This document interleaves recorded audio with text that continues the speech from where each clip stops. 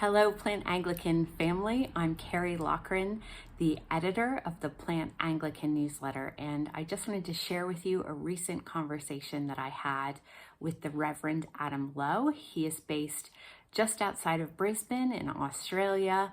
So this is a late night conversation for me and a very early conversation for him. He nipped off into his spare bedroom away from the noise of his family and all of the church activities that are going on, and gave us some real insights into what it means to be a church, a resource church.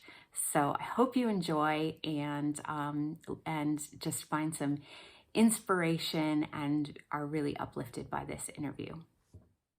So our journey to become a resource church really started back in 2018. So I went with a small contingent from southern Queensland to London, and we did a series of visits around different places and conferences. And as part of that, had the great opportunity to hear from Bishop Rick and hear of some of the work really had begun and been rolling out and being standard with resource churches in London, but all over actually the UK, and that was really inspiring.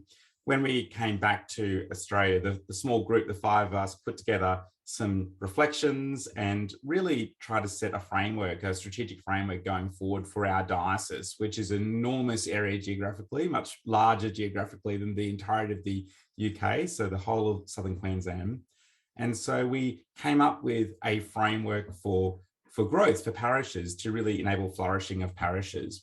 And that had three building blocks. The three building blocks were around leadership, strategy, and resources.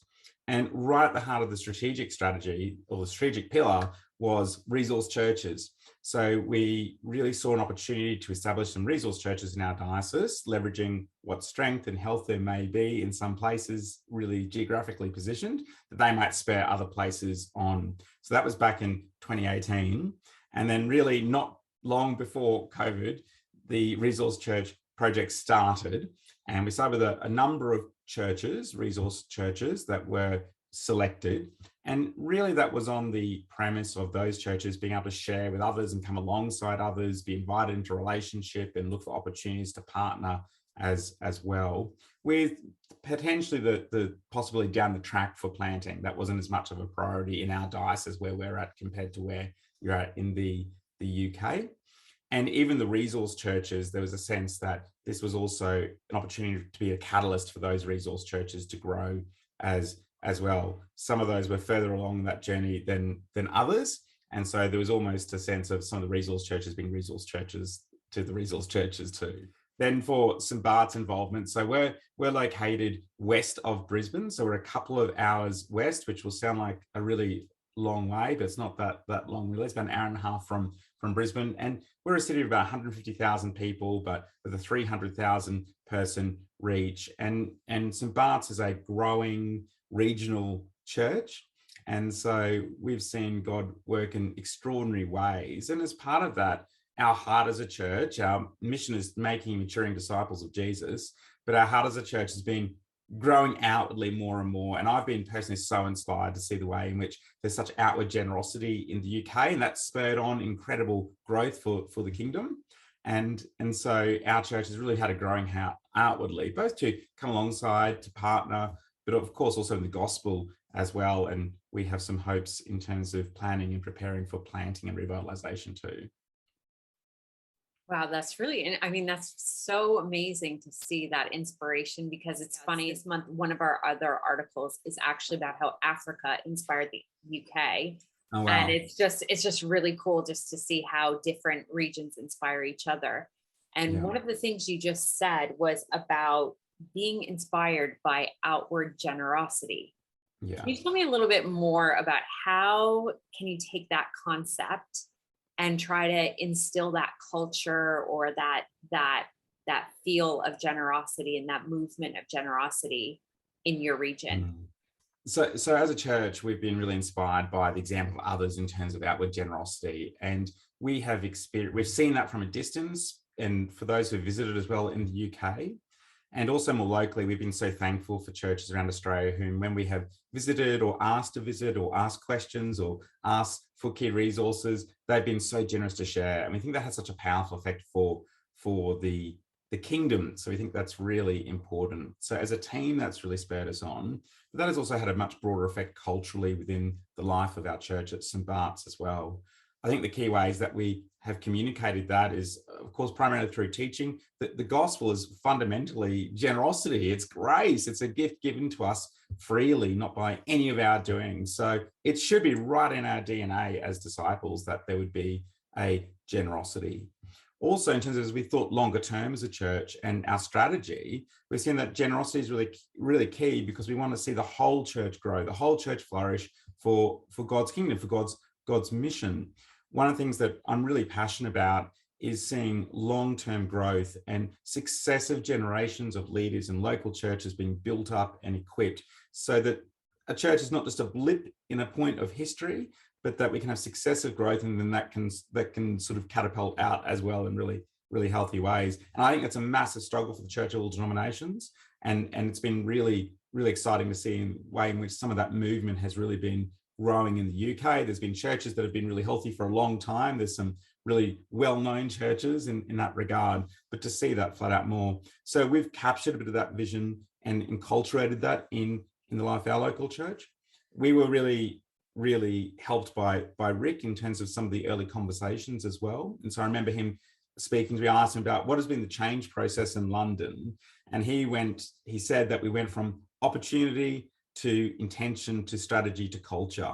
And so we've really thought about what do those steps look like for us to be opportunistic for the gospel, more intentional, strategic, and how do we see that as cultural change? We've seen that culture change in the life of our church, growing outwardly in generosity. And it's just so exciting to watch when you come alongside people, when they come alongside you, when you partner together, you share everything you've got. It's such an exciting vision of the gospel at work. So it's also a really important gospel witness as well when churches are generous to one another. That is so inspirational and encouraging for people to hear about that generosity. So I love what you just said. So you were in the UK and you were really inspired. You read Rick's thesis, you talked to him. So I'd come back to Australia by this stage. We'd already established the strategy by this stage. So when you set out on this process, what else did you need to prepare yourselves? Obviously, you're having help from and sharing resources from churches, but what else did you need to really become a resource church? Yeah. So the process for resource churches to get established was really a diocesan-driven approach. So whilst a few of us from different churches and also the Theological College had visited London, we had visited St. Mellitus, a number of places.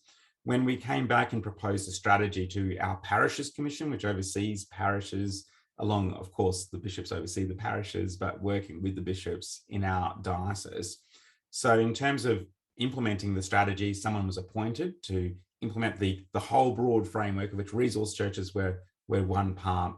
They then established what would the goals of that project be, how would we select those resource churches. As part of helping equip those, there has been a learning community established for those resource churches. It's quite low commitment, it's a regular check-in. Sharing has happened amongst the resource churches as well. And then there are also grants that were offered and funded in order to try and help deploy more specialists into those resource churches. So one of the key strategies was we wanted to see more people who were specialists raised up and opportunities for people to pursue those vocations as well. And so that may mean having some role in a resource church that was half-time that could be full-time, or a new role in a new area. And by really helping invest in those people also became key resources sharing outwardly as well. So it was almost like a catalytic process to try and help flourish those resource churches, but that would have a spillover effect, really intentionally, not unintentionally, to other places, especially geographically proximate, or those who might be similar in other ways, and it just makes sense that they partner. That's very impressive, the level of strategy. I think we're very struggling as a diocese, but not to quote me on that. But it is pretty challenging. But this is probably the most embraced a clear vision a strategy has been. So I would imagine for parishes, the person who's been leading that is really a fantastic executor. So they've been really working through that strategy.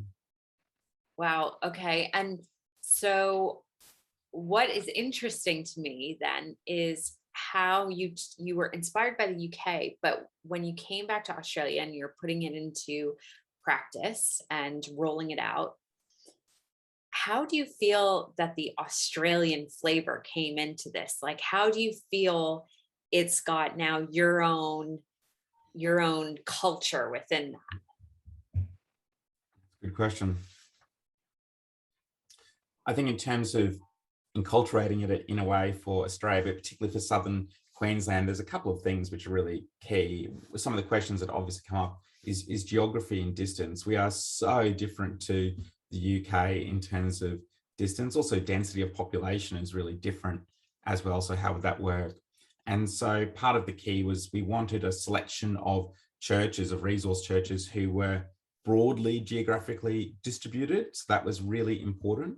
Different shapes and sizes, and so could relate differently to different places. So that was really important as well. And there was a real intention in terms of not just taking something from England and dropping it in, but trying to think really carefully about what does that look like in a contextualized way for our setting. And also, one of the key reflections was that where we're at as well. So obviously we work in London, but beyond London as well with church planting, that's a really key upfront and centre priority now in the Resource Church project. I've seen that probably even become clearer in my time of watching the Resource Project in the UK. That's become such a key focus now. For us, we're a number of steps back from that. So we want to see stimulate health in the resource churches, and that would spur on other places as well. And then we hope that would be a possibility in the future as well. We love the different idea of lots of different models of partners and revitalizations and planting. And so that's something for us to explore down the track as well. It's certainly for us at St. Bart's, as part of our Vision 2025, we're really seeking and hoping, praying that we might be able to be involved in a church revitalization or plant, perhaps even in Brisbane, away from us in the near future. What you're doing is more the foundational, getting the churches ready in order to start doing the planting. It's an earlier work, that's right. So by the very fact of having some churches that you're actually resourcing in some way and identifying them as helping that they would have a priority to be generous outwardly as well. So fostering a culture of cooperation and collaboration. Oh, wow. Wow. This is very strategic. I think that's the potential. It's one of the reflections that we've had is that this is going to take some time. And so we need to be patient with it. Obviously, the last 18 months, of course, have been fairly disrupted and unusual. But that said, the Resource Project during COVID has been quite extraordinary. So there's been particular gifts around digital that have been shared with a number of churches, which has been really so helpful. But there have also been key resources shared as well, where churches may have less capacity or capability during a pandemic to develop children's resources, things like that. So there's been a real sharing. And I think there's been an increased openness and willingness to receive and ask for assistance as well. So there's been a great spirit of cooperation and unity as some churches have come together to work together. I'm just curious, what in this process has been some of the stretching points where you've been most stretched or challenged? Probably stretch and challenge has been patient and time. It's taken quite a while for churches to get on board. There's also been some continued discernment, and some churches have opted out of the Resource Church project, saying, actually, we're not ready for this, or it's not the right timing, or we're going through a transition.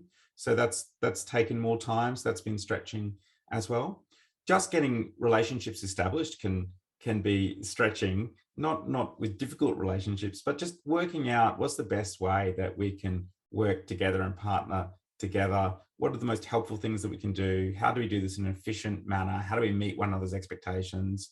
So working in those areas as well has been really important, and that's been challenging too.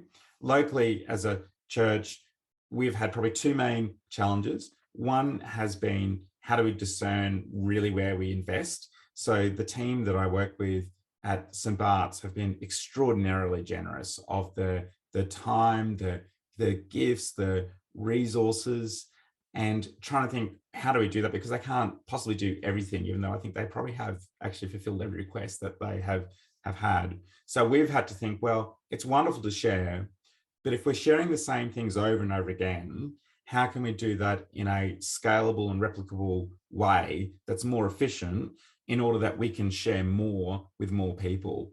And so we've tried to think carefully around, well, where are the things that we're sharing all the time? Let's make everything available online. Where there is some piece of advice or thinking through a process, let's write that up and share that as an article on our website now, so that the first point of reference could be, we'd love to catch up. Why don't you have a read of this? And then we could talk through it and then detail it more together for your context. So we're trying to think more efficiently as well in terms of sharing. So they're probably the couple of key challenges and stretches for us. And how do you stay inspired with patience and timeline, and what keeps you guys going? We are so thankful that we get to serve with one another and minister in Toowoomba, but with a bigger reach as well in God's kindness. So we are totally committed to our mission of making and maturing disciples that spurs us on.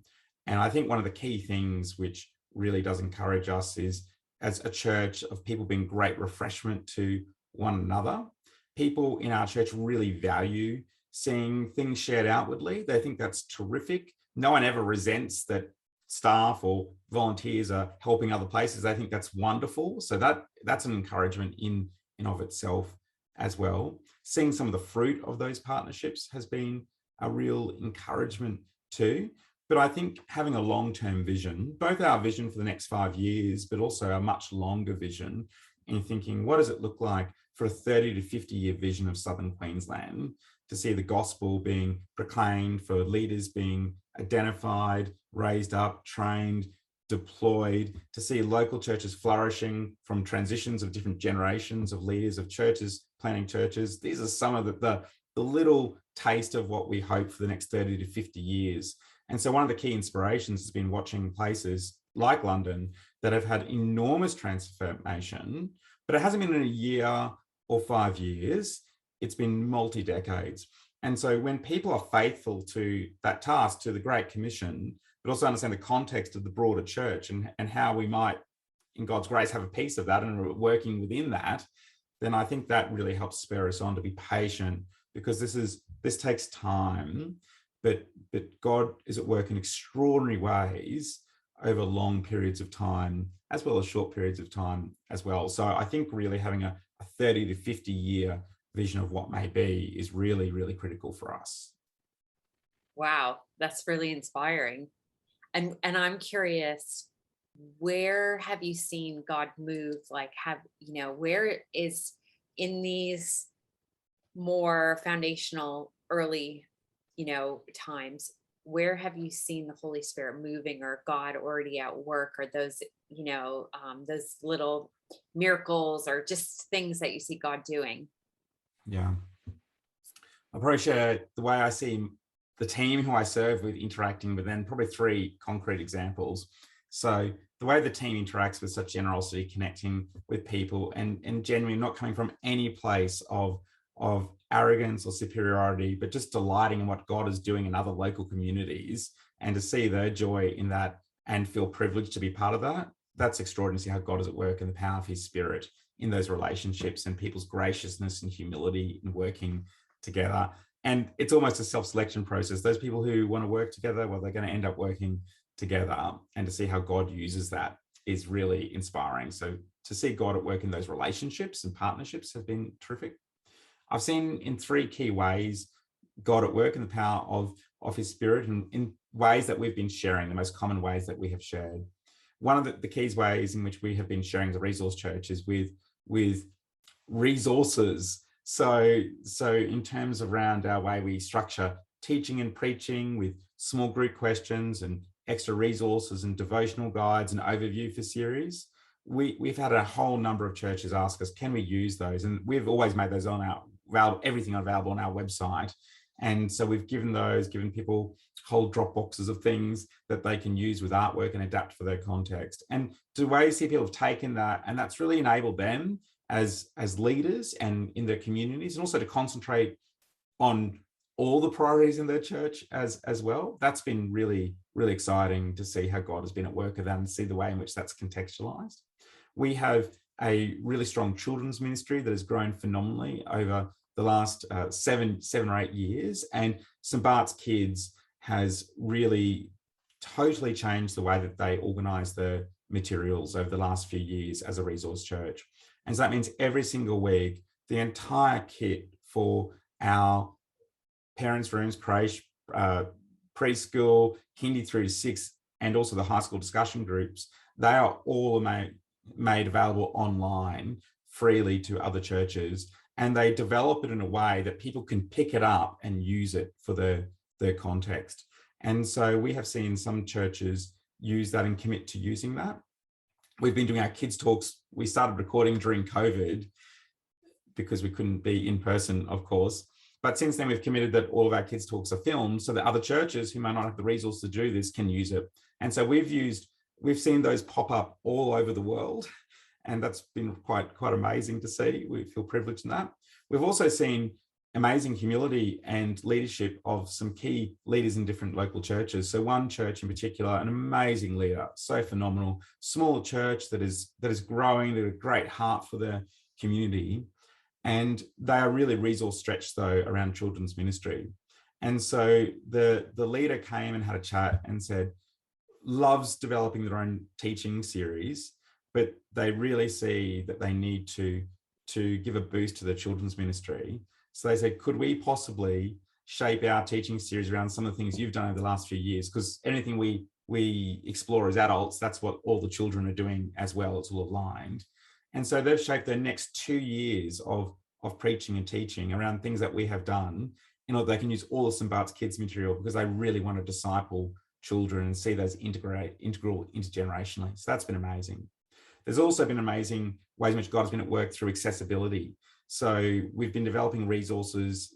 St Bart's Kids especially have been leading the way and spurring us on with ebooks of the readings, and people who are trained in theology thinking, how do we paraphrase this best for kids of different levels? So that's really exciting to see how God is at work, making the gospel so accessible to people with different needs. And that surprised us. For example, when we make a PDF available, now when we make the audiobook available, the audiobook is more popular than the PDF. So that's totally surprised us. A couple of the other ways that we've seen the Holy Spirit at work is that one of the other ways we've been sharing is really around strategy processes and governance. And over the years, as we've grown, we've had to learn a lot of this. We've been so grateful for the generosity of other places that what we've been able to learn and make sense for our context. We've developed policies and governance calendars and things that aren't particularly exciting, but actually so important for the health of a local church and enabling mission. And so we can just share those with places and come along with what's a helpful process. And so God's really used that in some communities in incredible way. The third way that really seeing God at work is at more structured partnerships. So I've already shared about St Bart's Kids partnering with one church. We've partnered with 5 churches for teaching for a previous series. But just recently, this year, we've partnered with our local Anglican school, which has been amazing. We've had different relationship with the school over a number of years, and parents, of course, connected with the church and different roles, of course. But their chaplain finished at the end of last year, and there's a real shortage of chaplains in Australia, but particularly Queensland. And so the school came in and approached us and said, do you think St Bart's Kids and Charge Youth, which are 2 of the ministries of St Bart's, could really help us with chaplaincy and services this year? And so we've been able to have some of our team be involved in the school. We've partnered, and that's been a structured partnership as well. And they've been involved in leading services, but also doing missional things in the school as well. So running Alpha at lunchtime for high schoolers and having faith at home materials as well. So that's been an extraordinary partnership and great generosity on both sides. So that's one of the ways that Resource Church has opened up that as well, but also just a generous outlook of so many people in the life of our church and from the school as well. Wow, that's really unbelievable. It's amazing. I love hearing. These are all very small things, Kerry. I don't want these things to sound bigger than they are.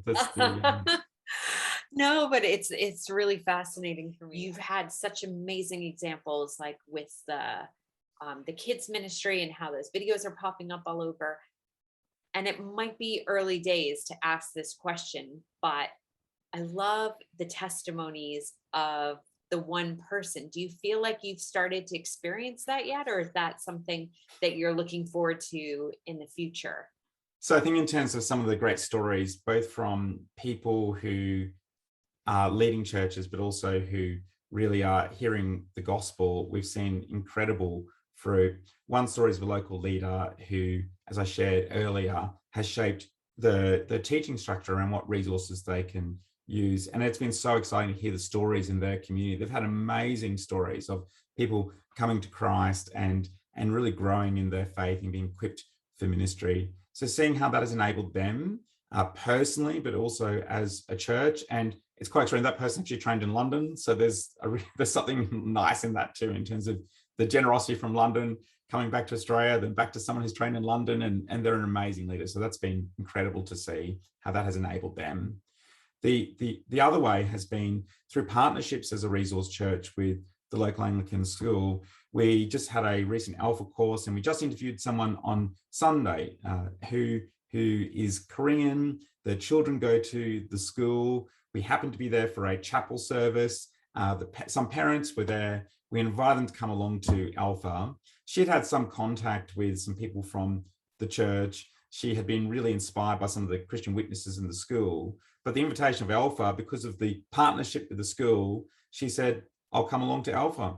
So she's come to Alpha. She's become really committed and regular in the life of our church and growing in her faith. And we just interviewed her on Sunday in front of everyone at our traditional service. We have a traditional contemporary and an evening contemporary service. And so we interviewed her, and to hear how the gospel is coming alive for her is really phenomenal, absolutely phenomenal. We also shared another story on Sunday through a Zoom phone call that as a resource church, and thinking more outwardly and through COVID, through offering Alpha online and in person concurrently, someone came along to Alpha because someone whom one of members of our church invited them, they invited someone else who was in Melbourne. They came to Alpha. Jesus, they said before, was really just someone they knew about, and now Jesus is someone they know. And so they have come alive in their faith and their trust in Jesus. They've been connecting to a local church. We've been able to connect them with a local church in Melbourne. They're part of a small group, and that is growing leaps and bounds. So there's aspects of culture in terms of missional thinking outwardly with generosity, which are indirectly and directly related to being a resource church that we see trickle and filter through the whole of our life as a community. What would you say to a church that is interested and maybe feeling that tug of God, or maybe just starting to contemplate the idea of becoming a resource church? What would advice, thoughts, what would you say to them? One, absolutely be prepared. It's going to be costly. It will be costly of your time, your organization, your people, your priorities. So beware, it will be costly. If you're going to share and do that in an intentional way, it's going to use up some of your resources. But I'd encourage you to say, it's not using up. It's an incredible investment in the kingdom of God.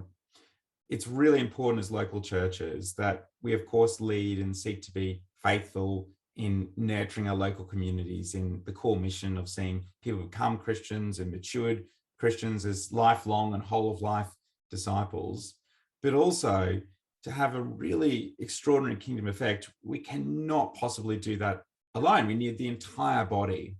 And so it is actually an incredible gift. It is such a privilege to be involved and come alongside and be structurally enabled through a movement like resource churches to do that, not because we're any better at all, but because God has entrusted us with different gifts at different times for one purpose, the building up of his church. It is so incredibly clear. And so having a long-term view is really important, and a broader view beyond ourselves is absolutely critical. The mission of God is far too big for one church in one season. So I would really encourage churches to think long. It's also going to have an incredible blessing on you long term as well, because unless the whole of the church is built up, you will not have successive leaders or specialists. There won't be the strength for training, for identification of interns, for all those other things that go along with really the health of the church as well. what do you think are the core qualities that need to be a part of a church to become a resource church? These qualities are not already not identified. Rick has identified these very early on the resource project. But I think two of the core qualities that are absolutely critical is that there has to be some sense of audaciousness and boldness. There's got to be some courage and real desire to think outwardly and bigger. That's really important. But equally as important, going hand in hand, is a great humility in just properly recognizing what God has entrusted and realizing we all are so needed as part of the whole body to contribute. We need one another. So having that audaciousness and humility come together is a beautiful thing. And God, in his great kindness, uses those two qualities combined in an amazing way. So I think they're two really fundamental characteristics needed. And we find it constantly humbling getting to serve with other churches and being blessed by them in so many ways. So that's a really humbling experience for us. So we just delight in that. I love the audaciousness and the humility, what you're saying about humility of what God has entrusted. I think really that's for any project. I love in 2 Timothy in chapter 1, for the Spirit of God does not make us timid, but gives us power, love, and self-discipline. And so that boldness can be a good thing, but not without the power from God. So we're empowered by the Holy Spirit, but with love and self-discipline. And so when you see all that come together, I think humility is right at the nub of that as well. It's just amazing. Wow. Oh my goodness, this has been so inspiring for me. Thank you so much. It's great to get to meet you. I'm very thankful for all of the work of the project. Oh yeah. Thanks so much for watching. I'm sure you'll agree with me that Adam is truly inspirational. I found that even myself, not being a church planter, found so many things that I could apply to my own work. And I hope you can too, whether you're considering becoming a resource church, whether you're already there, that you would really find some inspiration. And you can check out more about their project if you see the website page that we have for this interview, that underneath there are different links to his project, and you can find out more about what Adam does. Thanks so much for being with us.